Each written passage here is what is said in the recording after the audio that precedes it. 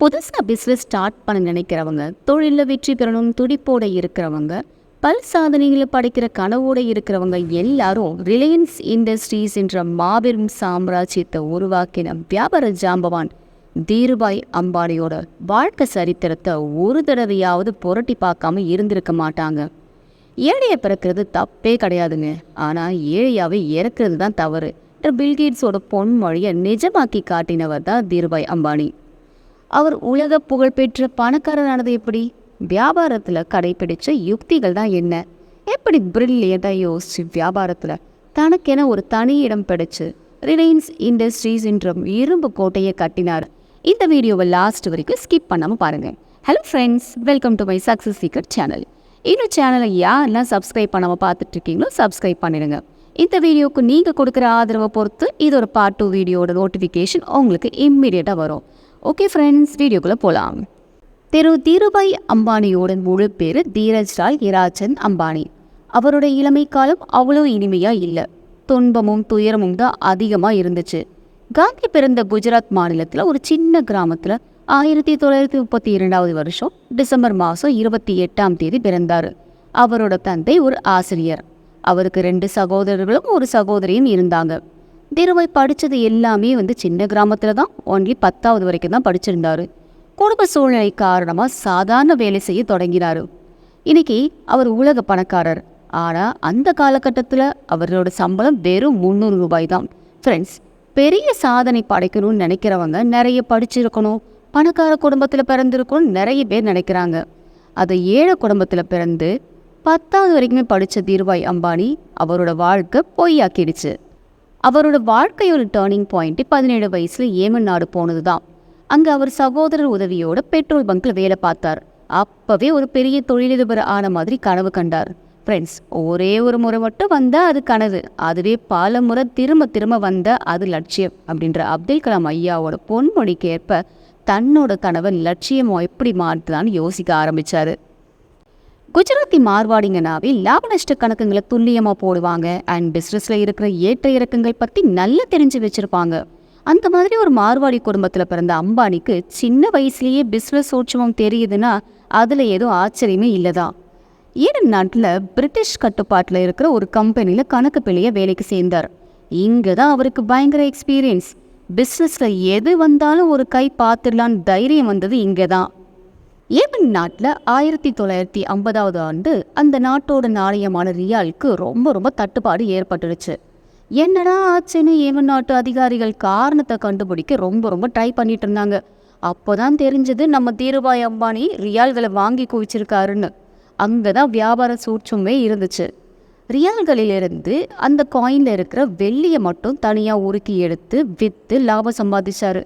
காயினோட விலையை விட இது ரொம்ப அதிகமாக இருந்துச்சு. இங்கே தான் ஏராளமான நெளிவு சுழிவுகளை கற்றுக்கிட்டாரு. இந்த மாதிரி பிறரால் செய்ய முடியாத நிறைய வேலைகளை செஞ்சார்.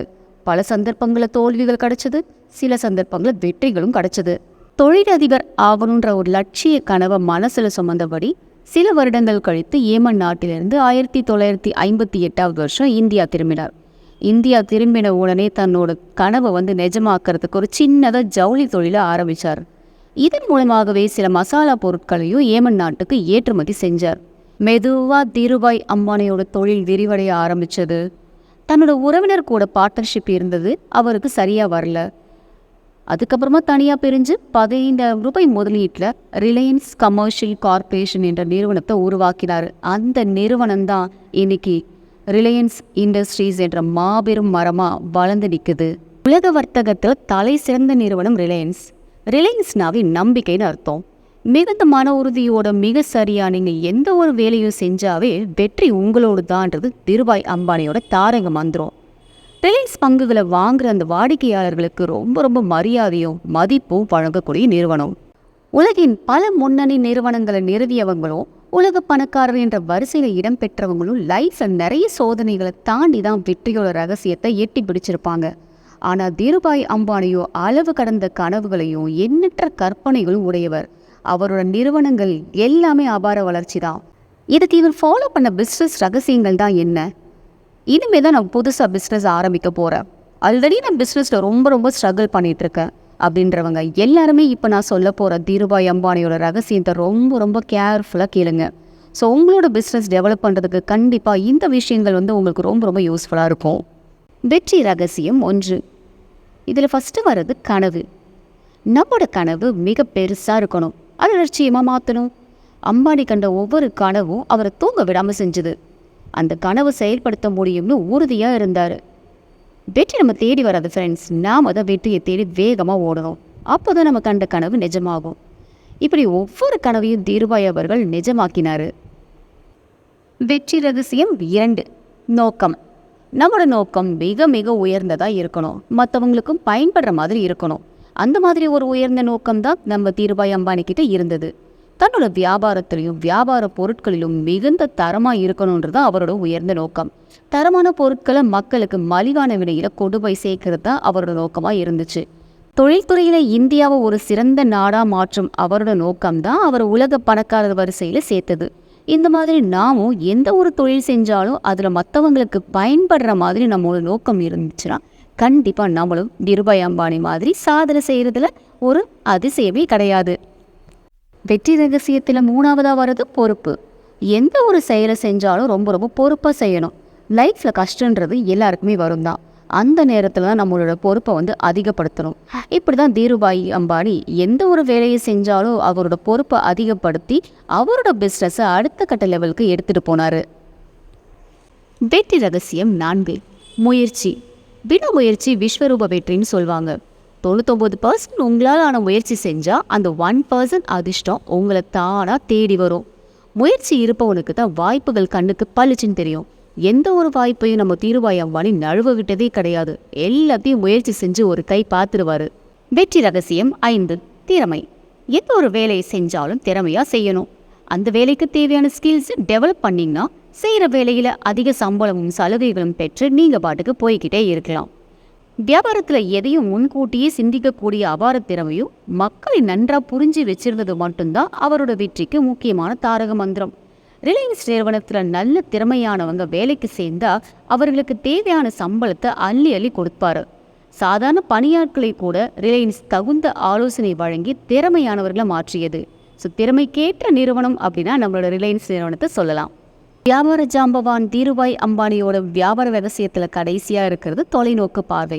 எந்த ஒரு விஷயத்தையும் இன்னைக்காக பார்க்க மாட்டார், தொலைநோக்கு பார்வையின் கீழே பார்த்ததுனால மட்டும்தான் ரிலையன்ஸ் சுத்திகரிப்பு துறையில் பெரும் வளர்ச்சியை கண்டது. உலகத்தோட மிகப்பெரிய சுத்திகரிப்பு நிலையத்தில் ஒன்றான ரிலையன்ஸ் ஜாம்நகர் சுத்திகரிப்பு நிலையம் தான் இருந்துச்சு. ஜவுளித்துறையும் சும்மா விடலை, அங்கேயும் ஒரு கை பார்த்துட்டாரு.